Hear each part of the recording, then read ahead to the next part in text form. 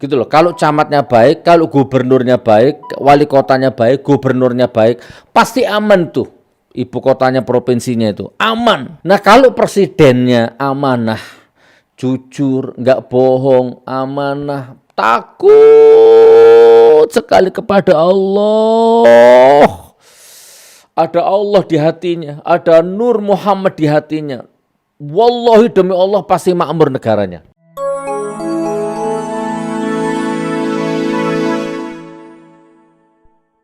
Kita mau membahas soal Ali Bahar Shah ya.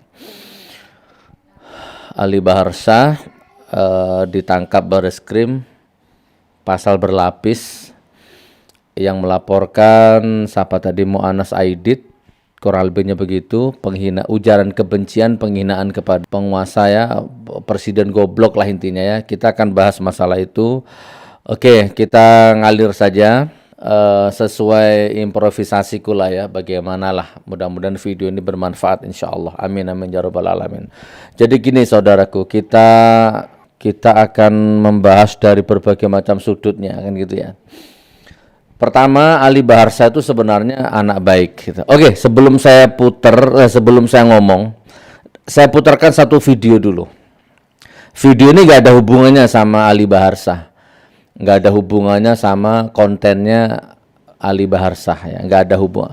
Oke, coba perhatikan, tonton video ini. Selamat menyaksikan. Pak, gini aja lah.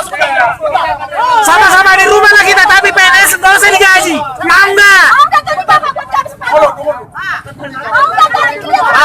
Apa digaji apa? Kalau Apa bedanya mati karena corona dengan mati? Apa bedanya? Sama-sama mati. Bagus kami tepuh mati. iya. Gimana setelah nonton video tadi itu? Bener-bener ada sekarang ini tahun 2020 di sebuah negara yang kaya raya, bahkan terkaya seluruh dunia, bahkan sempalan surga konon kabarnya yang namanya Indonesia ini. Sekarang ini masih banyak ada orang yang nggak makan sampai sehari, nggak makan sampai 2 hari, nggak makan sampai 3 hari, itu nyata, bukan dongeng. Tak kembalikan ke hukum syariat ya. Kalau ada satu negeri, satu saja rakyatnya yang kelaparan, demi Allah itu besok di akhirat berat sekali hisapnya itu, pemimpinnya itu. Ya presidennya, ya menterinya, ya rezimnya. Satu saja rakyat yang kelaparan, berat hisapnya. Makanya sampai Umar bin Khattab ya, yang malam-malam sidak lihat rakyatnya seorang ibu yang masak batu yang tidak matang-matang itu karena anaknya sampai nangis karena kelaparan. Coba perhatikan, begitu Umar bin Khattab tahu kejadian itu, ada rakyatnya yang sampai kelaparan seperti itu, langsung lari pulang ke istananya, mikul beras sendiri sampai pecah kakinya, bengkak kakinya. Ada satu sahabatnya yang gak tega, mana tak bawanya berasnya? Gak usah. Bagaimana besok hisapku di hadapan Allah ini? Ternyata ada rakyatku yang kelaparan. Saking takutnya itu, mikul beras sendiri, presiden mikul beras. Sampai dimasakkan, sampai ditemani makan. Setelah kenyang baru, kamu besok datang ke istana, temui presidenmu. Ya, besok kamu akan mendapatkan hidup yang layak. Besoknya baru orang itu nemui Umar bin Khattab, dan betapa kagetnya ternyata presidennya adalah Umar bin Khattab sendiri yang tadi malam masakkan sego, ikut nemani makan di situ.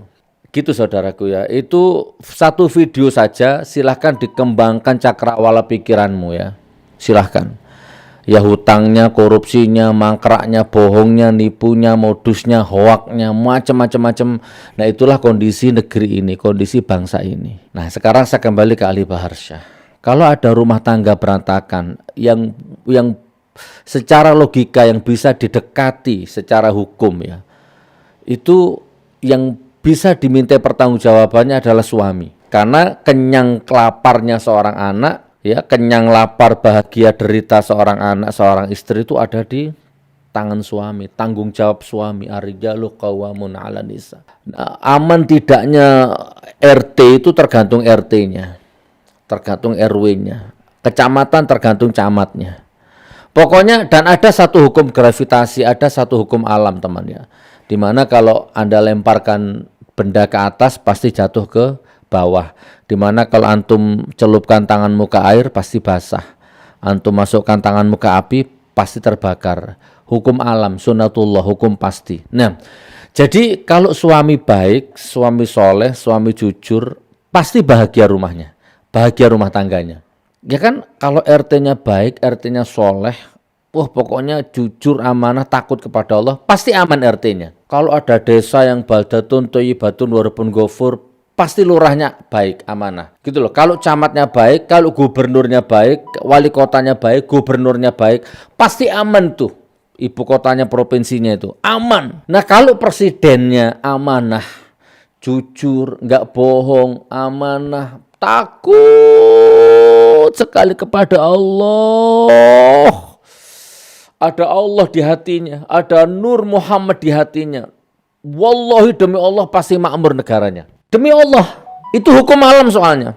Jadi aku tuh menghayal, ya Allah, aku tuh bisa nggak punya negara itu penjaranya kosong gitu kan. Rakyatnya makmur gitu kan. Nggak ada kriminal, nggak ada kasus gitu. Ya, wallah lebih sawab. Dinteni sampai linggis ngambang ya. Oke, saudaraku. Berarti orang sampai teriak lapar, sampai orang nggak makan itu serius. Nah, itu mau nyalahkan siapa? Kan harus ada yang disalahkan. Harus ada yang dimintai pertanggungjawaban kalau ada rakyat yang kelaparan. Jangan cari makan sendiri, dikasih akal. Jangan gitu, enggak boleh. Ya, ada batas-batas di mana rakyat itu ya usaha, ya dipermudah jalannya, dipermudah aturannya, macam-macam. Rakyat itu udah, apalagi rakyat Indonesia, nggak repot. Ini saya belum masuk ke Ali Barsa ya. Ini masih kisi-kisinya aja lah. Kalau ada rakyat yang kelaparan, masa mau nyalahkan saya gara-gara Gus Nur ini? Nggak logis. Ini kalau rakyat kelaparan gara-gara Ali Barsa ini, nggak masuk. Ya kan? Nah, yang mendekati logis, mendekati hukum yang agak pasti lah, hukum sunatullah itu ya rezim.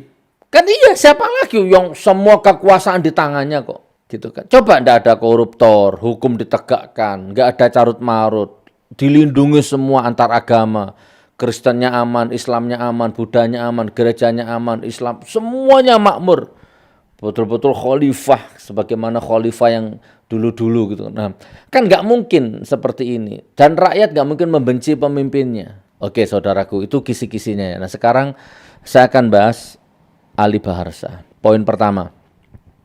Secara menyeluruh, secara keseluruhan sebenarnya Ali Baharsa itu pemuda baik, mahasiswa baik, mahasiswa yang taat sholat. Saya juga kalau nggak salah 3 atau 4 kali pernah ngevlog sama dia di Jakarta. Ya pemuda baik, ya bukan koruptor, bukan kriminal. Itu poin pertama, dari keluarga baik-baik, pemuda taat beribadah. Masukkan dulu tuh poin pertama, ya bukan narkoba, bukan ngedrak, minum, bukan.